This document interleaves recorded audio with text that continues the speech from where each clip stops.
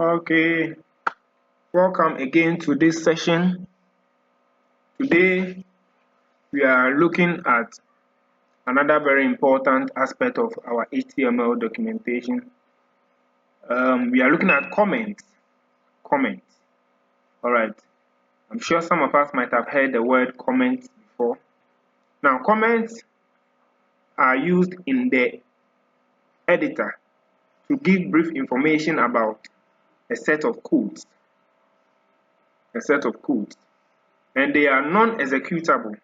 So when you put in comments in your HTML codes, they do not display inside the web browser.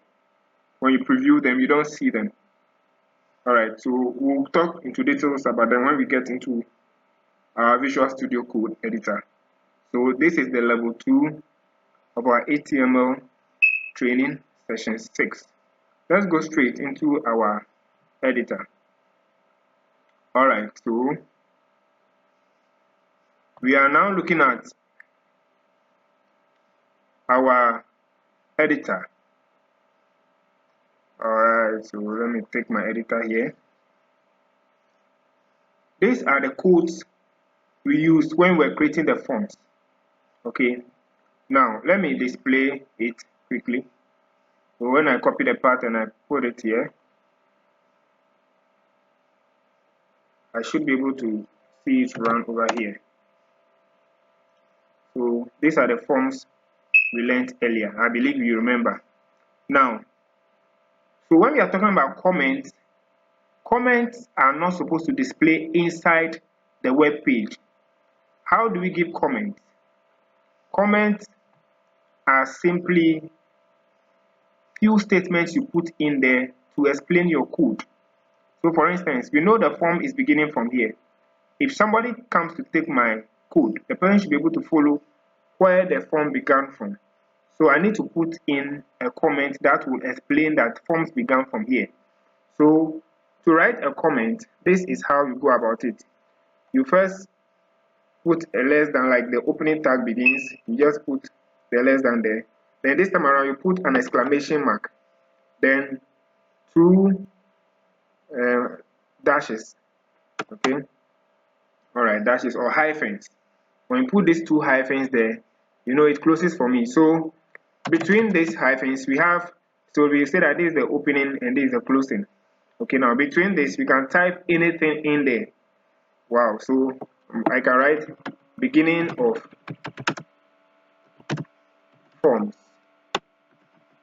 Beginning of forms. So I've started creating a form, so I want to put a comment here so that anytime my codes become too many and I'm looking for forms, quickly when I see this I know, okay, my form began from here. But let me save this and let's run it and see whether it will show in here. So you see, I've refreshed, but still it's not showing. So comments are not supposed to be executed, or they are not supposed to even show in our web page.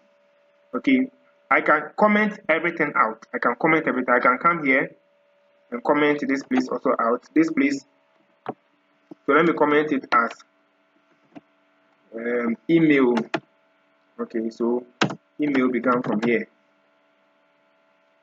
So comments help you to organize your work in such a way that when your codes become too many and realize that searching for stuff is becoming difficult, you can use the comments. Okay, once you see password here, I know that, okay, this is where my password codes are.